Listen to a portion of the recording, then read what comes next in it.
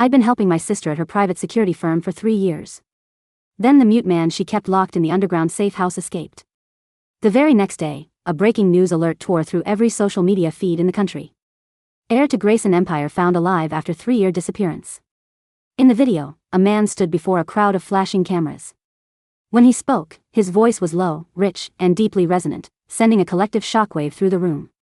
"I'm not dead," he said. "And I'm not mute." He stared straight into the lens.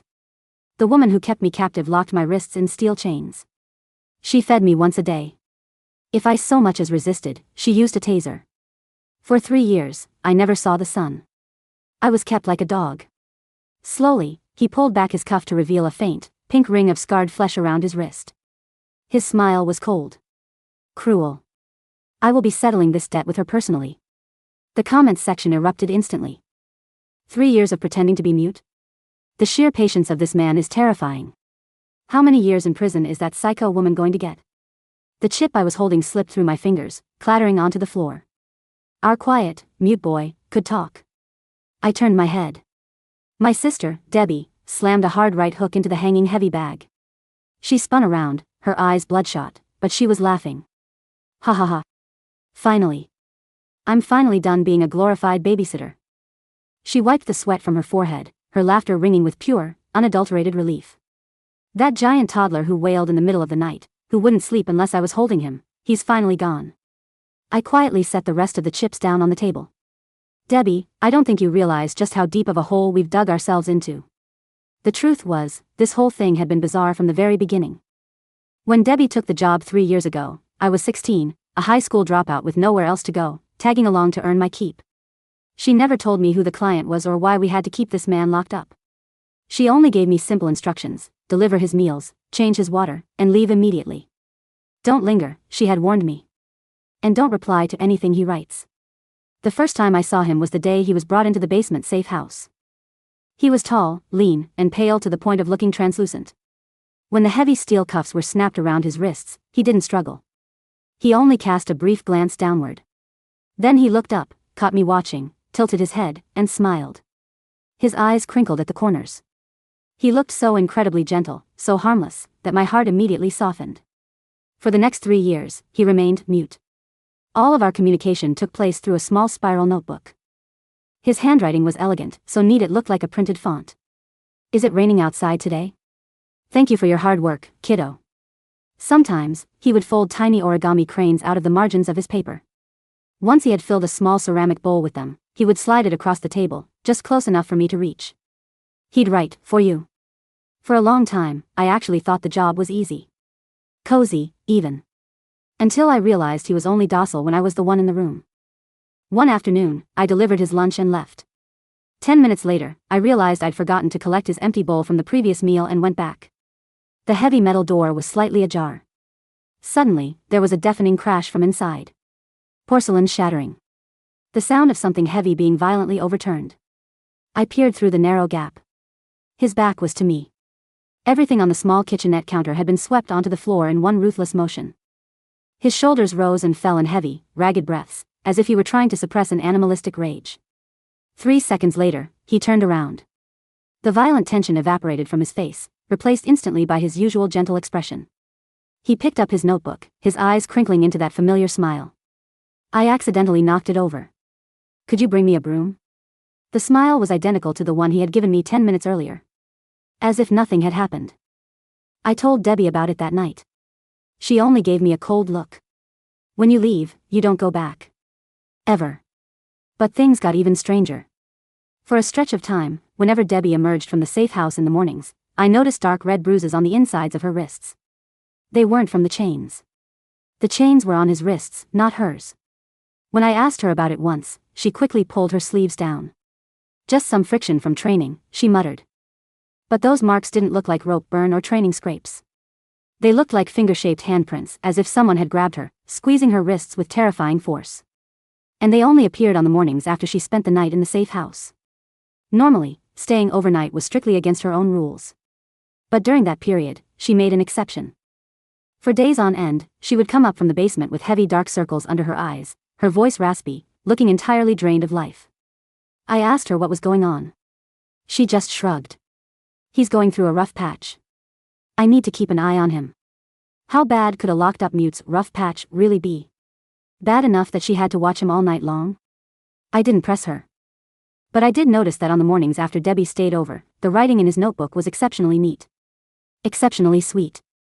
Like a man who was deeply, thoroughly satisfied. Looking back now, I realize. It wasn't that he was having a breakdown and needed supervision. It was that he had found a way to force Debbie to stay. In the news clip, Chester Grayson had pulled back his sleeve and said so casually, "If I so much as resisted, she used a taser." I thought of those bruises on Debbie's wrists. Who was really resisting whom? And there was one more thing. For 3 years, that chain never once broke. It never even slipped. But could a man strong enough to tear a bolted wooden counter off its frame really not break a single chain if he wanted to? Not unless he had no intention of leaving. So why did he escape yesterday? He was never a pathetic, docile mute. He was a wolf, lying perfectly still with his eyes closed, pretending to sleep. And we had been living right beside him for 3 years. By the 3rd day after Chester's escape, Debbie finally slept through the night. A solid 12 hours. When she woke up, she changed the digital lock on the safe house, threw out all the groceries she'd bought for him, and went downstairs to run 3 miles. When she came back, she was actually smiling. "Do you know how long it's been since I went for a run?" she asked, guzzling a bottle of cold water. 3 years.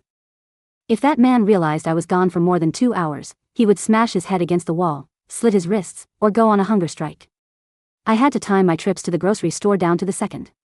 She tossed the empty bottle into the bin. But now? Freedom. I stayed quiet. Debbie felt lighter, but to me, the air felt thick. It was that suffocating stillness right before a thunderstorm hits, when the birds suddenly stop singing. That afternoon, the Grayson group held a press conference. Charles Grayson stood at the podium, his expression grim. "I hope this woman understands her situation. Turning herself in is her only way out." I clicked my phone screen off. In the kitchen, Debbie was eating white bread. It was overcooked and mushy when she set the bowl down in front of me. I chewed on a mouthful of bread, and my mind drifted back. In the beginning, I was the one who brought him pre-made meals. But later, he wrote in his notebook, "Can I cook for myself? I'm so bored." Debbie had agreed, and we started bringing him raw ingredients instead. He made incredible food. Chicken parmesan, roasted short ribs, slow-cooked stews on weekends. On my 17th birthday, he had baked a fresh batch of lemon bars.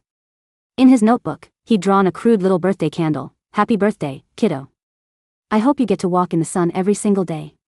I swallowed the tasteless white bread. There would be no one to cook for us anymore. And then I remembered his accusation on the news: "She fed me once a day." Seriously?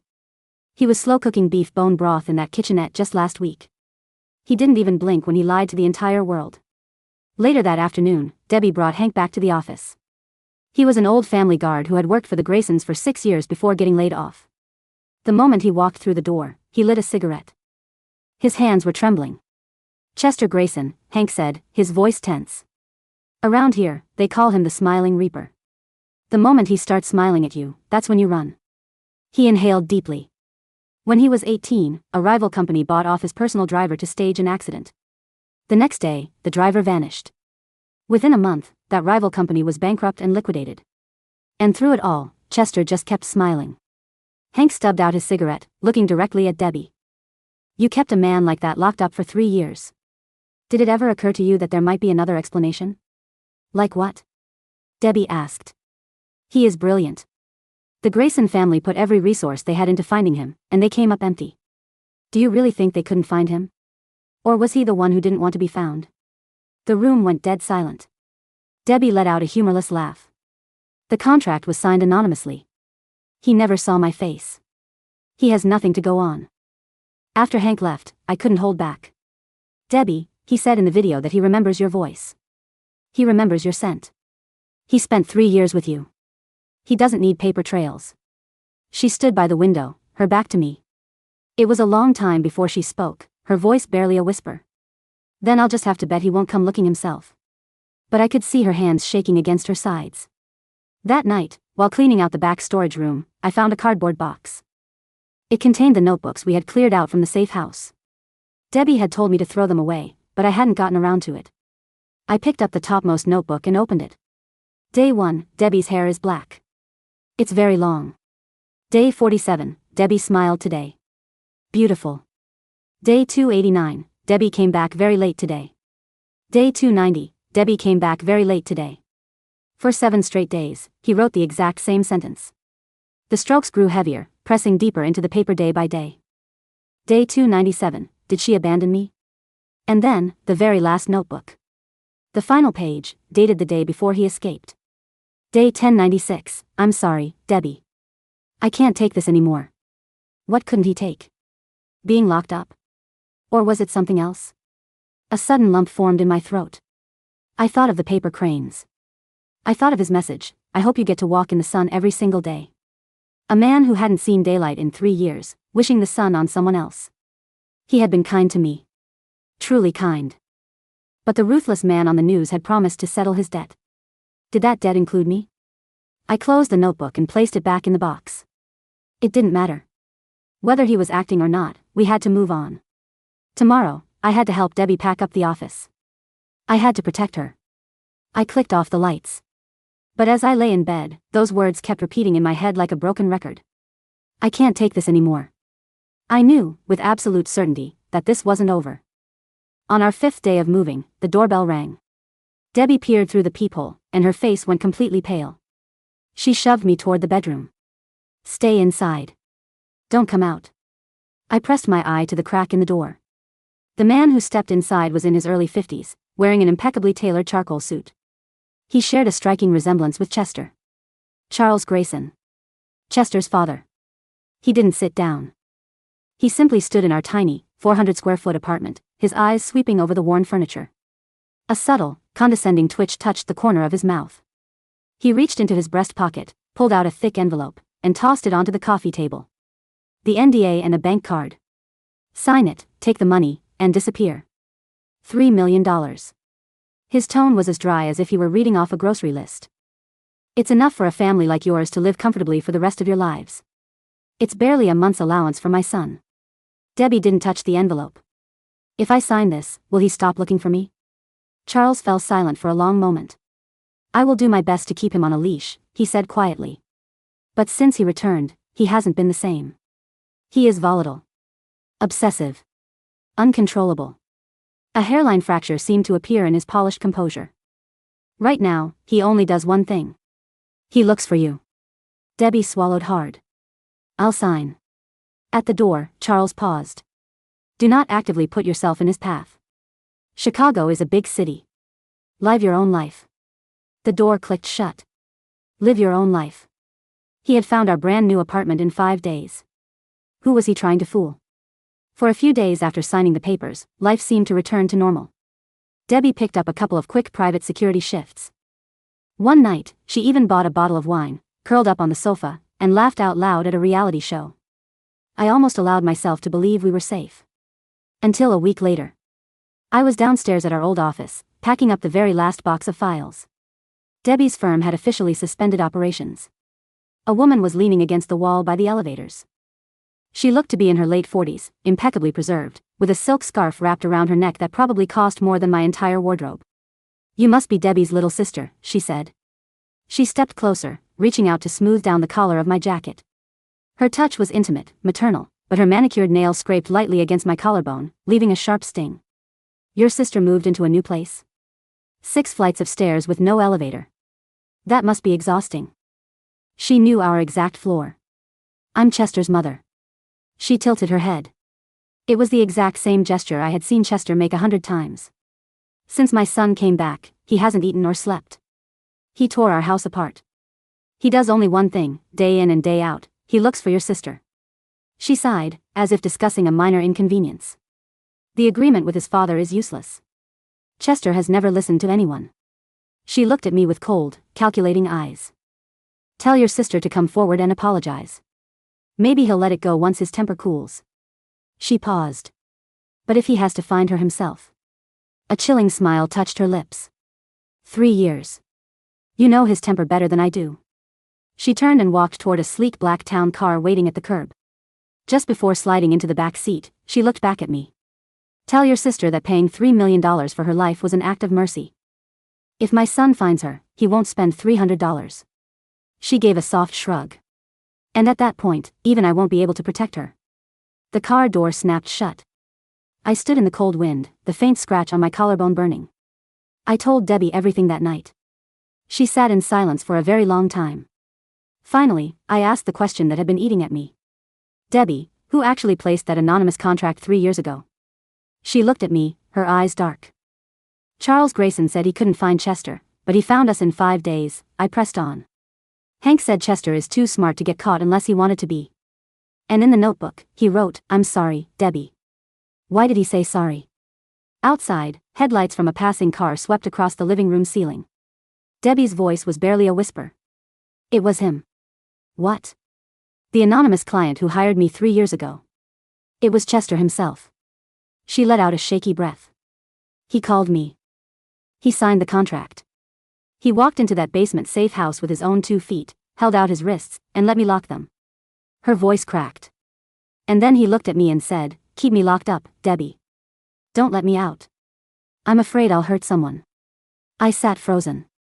He had asked to be locked away. For 3 years, by his own choice.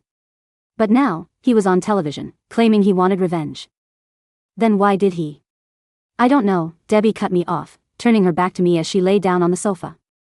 Maybe he forgot. Maybe he's playing a game. Maybe the moment he went back to that family, he became someone else. She pulled the blanket over her shoulders. It has nothing to do with us anymore. Go to sleep. She curled into a tight ball, her entire posture defensive, as if shielding herself from an invisible blow. I stared up at the ceiling. He had walked in on his own. He had asked to be chained. He had begged her not to let him out. Yet he had escaped, and now he wanted blood. Did he genuinely forget? Or had this been a trap from the very beginning? 3 months passed. The Graysons didn't show up again.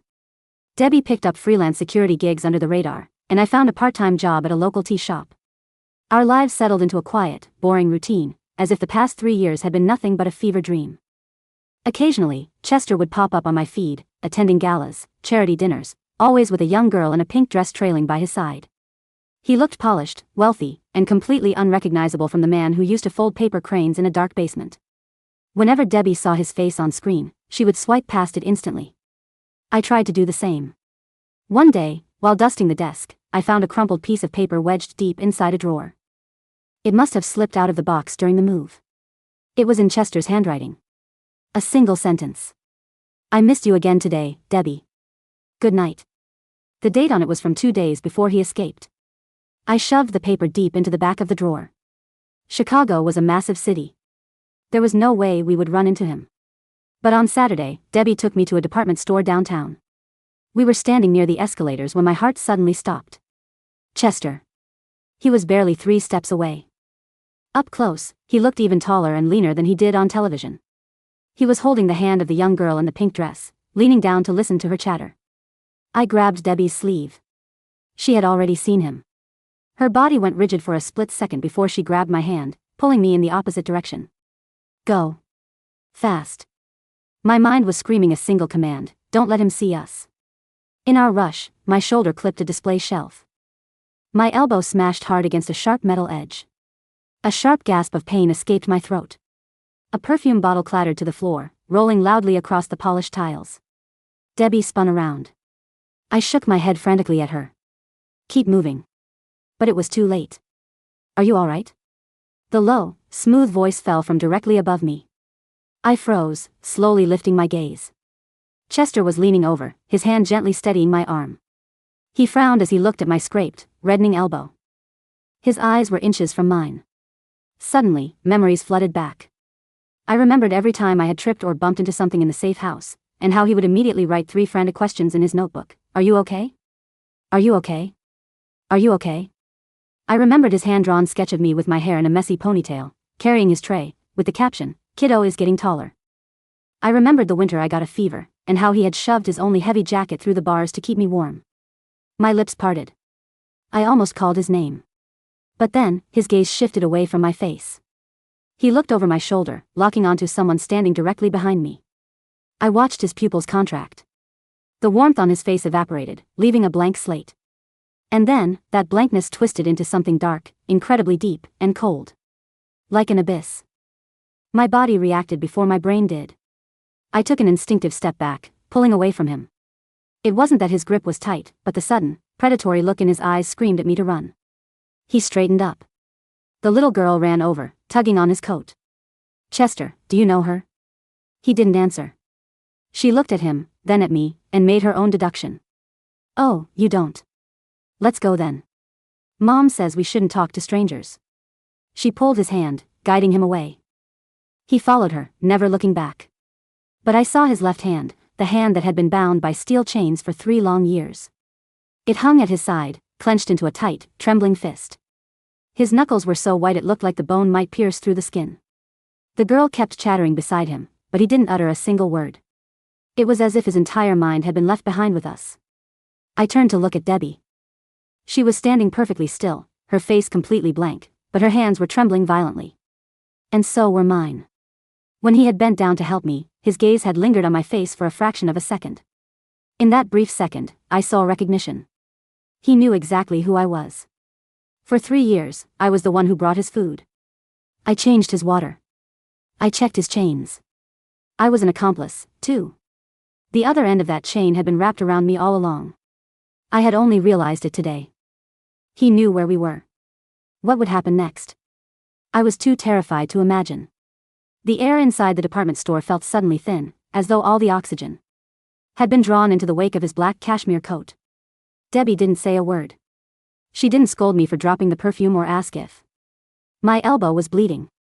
She simply grabbed my good arm, her fingers sinking into my bicep with bruising force, and hauled me toward the emergency exit. We didn't take the escalator. We took the concrete stairwell, our boots slamming against the metal-edged steps in a ragged, double-time rhythm.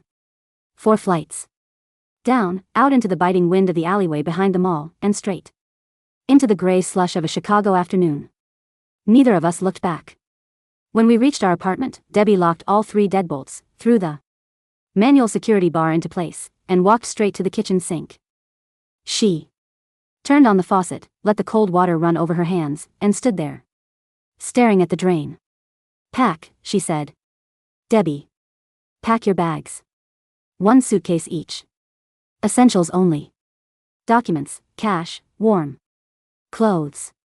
Her voice was flat, devoid of its usual brash edge. It was the voice she used when a perimeter had been fully compromised. "We're leaving the city tonight." I didn't move. My arm throbbed where I'd clipped the shelf, a dull ache blooming beneath the scraped skin. "He didn't say anything, Debbie. He walked away." "He looked at you," she said, her back still turned to me, water splashing over her white knuckles. "And then he looked at me. You think that was a coincidence? You think a man who spent 3 years planning every breath he took just happened to be shopping on the 3rd floor of Nordstrom at 2 o'clock on a Saturday?" She spun around, shutting the faucet off with a violent twist. "He was showing us that he knows. He wanted us to see him. He wanted me to feel the leash tighten." "Debbie, the money," I whispered, pointing toward the drawer where Charles Grayson's $3 million bank card was stashed. "His father said. His father is an idiot who thinks the world runs on checks and non-disclosure agreements," she snapped, her eyes wild. "Chester doesn't care about his father's money. He never did. If he wanted money, he wouldn't have signed away his voting shares before he walked into our safe house 3 years ago." I froze. "What?" Debbie closed her eyes, running a trembling hand down her face. "Before he came to me, before he put those cuffs on his own wrists, he placed every single one of his private assets into a blind trust that couldn't be touched unless he personally appeared in a probate court to declare himself alive. He starved his father's board of directors for 3 years.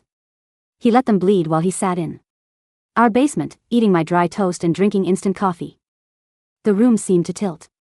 All those quiet afternoons. The neat handwriting in the margins of yellow legal pads.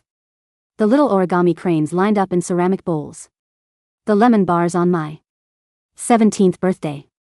It hadn't been a hostage situation. It hadn't even been a mental breakdown. It was a siege. And we had been his bunker.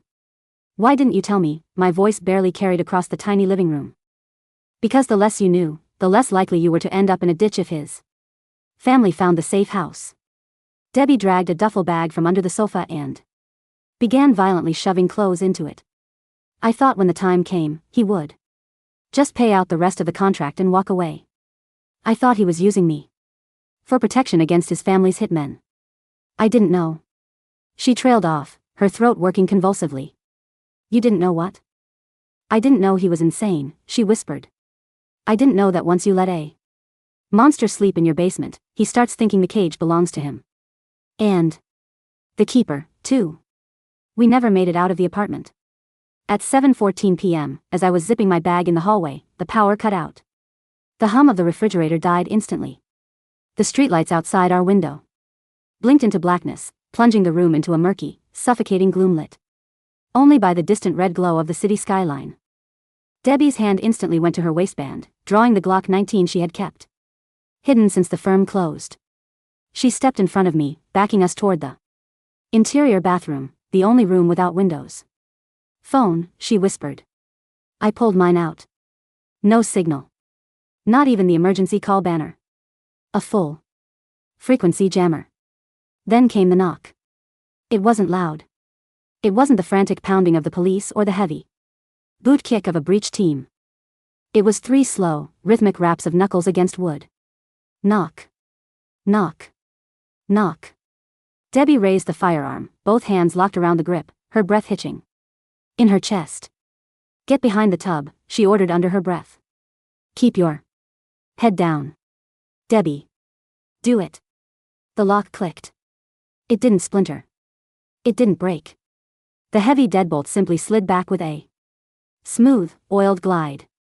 Someone had the master key, or something far more sophisticated. The front door swung open on silent hinges. The man who stepped across the threshold was not wearing the bespoke charcoal suit from the news conference, nor was he wearing the pristine cashmere from the department store. He was wearing a simple, dark gray crewneck sweater with the sleeves pushed up to his forearms, dark trousers, and worn leather boots. His hair was slightly damp from the evening mist, falling across his forehead in soft waves. In his left hand, he held a brown paper grocery bag. He looked so completely, terrifyingly like the man who had lived in our basement for 1,000 days that for a fraction of a second, my brain refused to process the danger. Step back, Chester, Debbie said, her voice shaking despite her training. I will put a round through your chest. Chester paused in the narrow entryway. He didn't look at the gun. He looked at her face, his gaze traveling slowly from her bloodshot eyes down to the tight set of her jaw, and finally down to her hands. A slow, familiar smile curved the corners of his lips. You won't, he said. His voice was like dark honey poured over crushed glass, warm, resonant, and horribly intimate. Hearing it speak full sentences in this tiny room made my skin prickle. You had 3 years to pull that trigger, Debbie. You had a taser, a baton, and iron chains. You never once used them to hurt me. He set the grocery bag down on the small dining table. Why start now? You lied on the news, I blurted out before I could stop myself, stepping halfway out from the hallway. You told them she tortured you. You told them she chained you like a dog. Chester's eyes shifted to me. Instantly, the cold intensity vanished, replaced by that gentle, crinkling warmth I had known for 3 years. Hello, kiddo, he said softly. How is your elbow? Don't talk to her. Debbie stepped sideways, shielding me entirely. What do you want, Chester? You want your revenge? You want to frame me for kidnapping? Take me in. Call your father's lawyers. But let her walk. Chester sighed, a sound of profound, weary disappointment. He pulled a chair out from the dining table and sat down, leaning his elbows on his knees. My father, he murmured, shaking his head. My father sent 2 men to this building 20 minutes ago. Did you think it was my team that cut the power grid to the block? Debbie's aim wavered slightly. What are you talking about? Charles doesn't want you in prison, Debbie. In prison, you might talk. You might show the contract. You might tell the press that the heir to the Grayson empire hid in a damp basement because his own father hired an assassin to run his car off the bridge on Lakeshore Drive. Chester lifted his left wrist. In the dim light, the pale scar from the cuffs was clearly visible. My father wants you dead, he continued evenly. He wanted to stage an overdose. In this miserable little apartment, burn the building to the ground, and close the file forever. $3 million was just to keep you in one place until the news cycle slowed down. My stomach dropped into an icy void. The woman by the elevator, his mother. The warning. They were never going to let us live, I whispered. No, Chester said, his eyes locking onto Debbie again. They weren't. But you don't have to worry about the men on the stairs. They've been redirected. The word hung in the air, heavy with unspoken violence. Debbie didn't lower the gun. And what about you, Chester? What was the press conference for? If you didn't want the police on me, why paint a target on my back? Chester leaned back in the chair, crossing one long leg over the other. The shadows carved sharp hollows into his cheeks. Because if the whole world thinks you are a dangerous, sadistic kidnapper, who will believe you if you try to run to the authorities? If every airport and train station is looking for your face, where can you go? He smiled, a terrifyingly pure expression of total possession. I had to make sure you had nowhere left to run, Debbie. I had to make sure that when the door opened, the only safe place left on earth was with me. You're out of your mind, Debbie breathed, her finger trembling against the trigger. You're a sick, manipulative bastard. I am, Chester agreed without a second's hesitation. I spent 3 years listening to your footsteps above my head. I timed the seconds between the floorboards creaking. I knew what kind of day you had by the way you closed the basement door. He stood up, tall and unhurried, closing the distance between them. Debbie didn't shoot.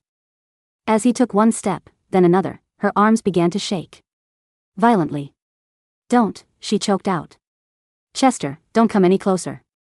He didn't stop until the barrel of the Glock was pressed firmly against the center of his chest, right over his heart.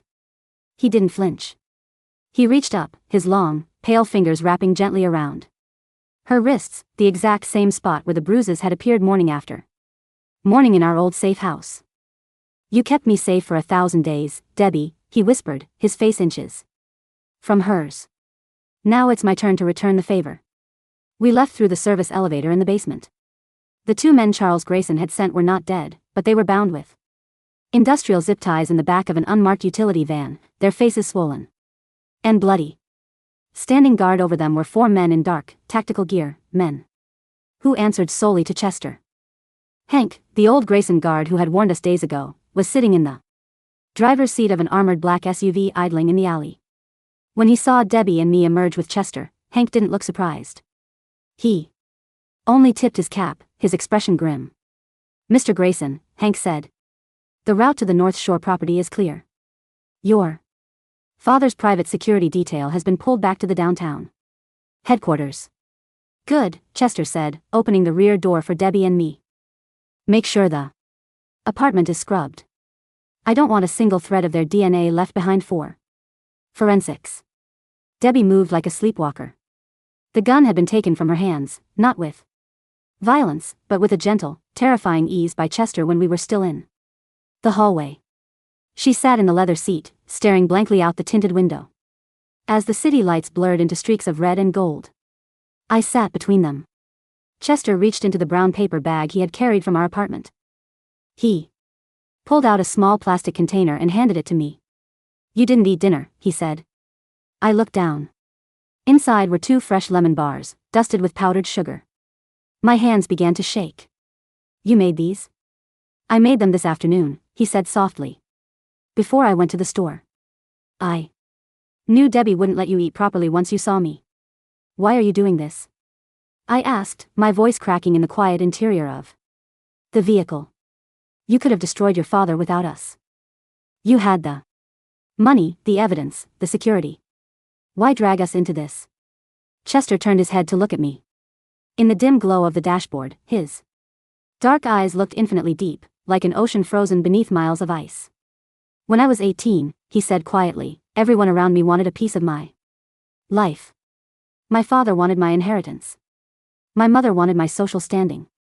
The board wanted my signature.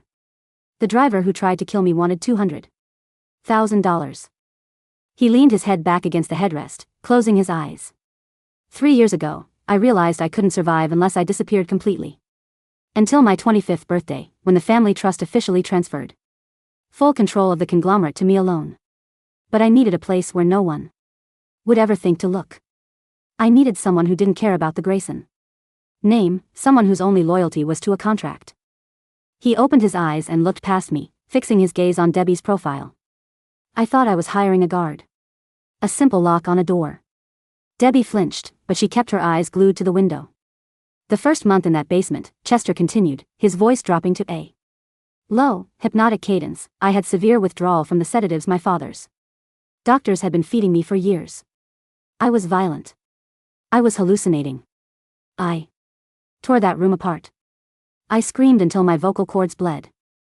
That was why I stopped speaking, because every time I opened my mouth, I was afraid the madness would spill out. I remembered the crashes. The shattered bowls. The morning Debbie had come upstairs looking like a corpse. Debbie didn't call an ambulance, Chester whispered. She didn't call the police.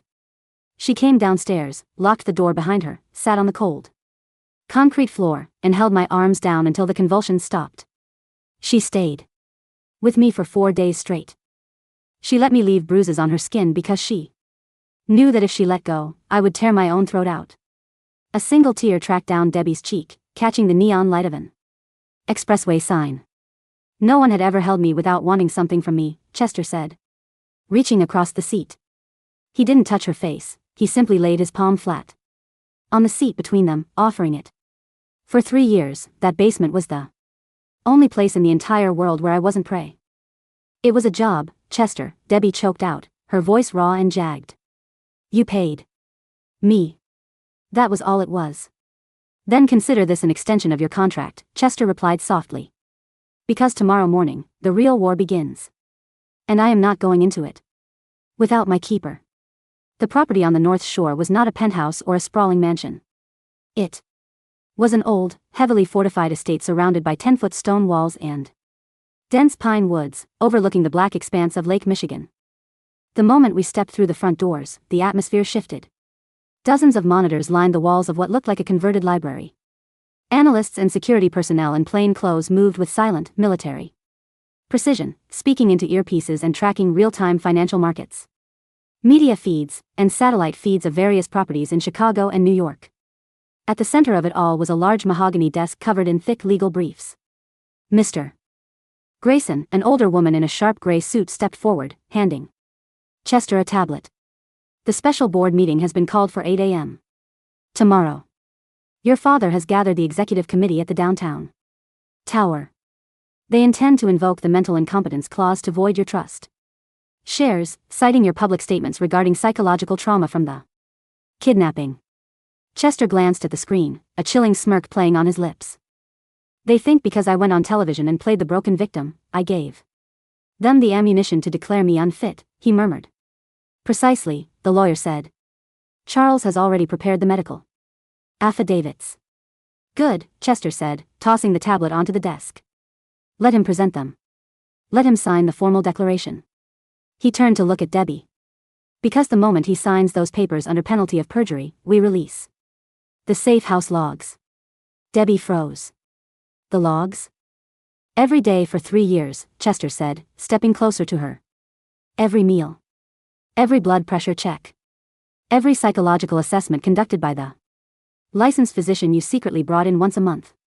The complete CCTV footage of the basement, showing me lucid, healthy, and managing my independent shell corporations from an offline terminal. My jaw dropped. You had cameras in the basement? I installed them before I handed the keys to your sister, Chester said. Smoothly.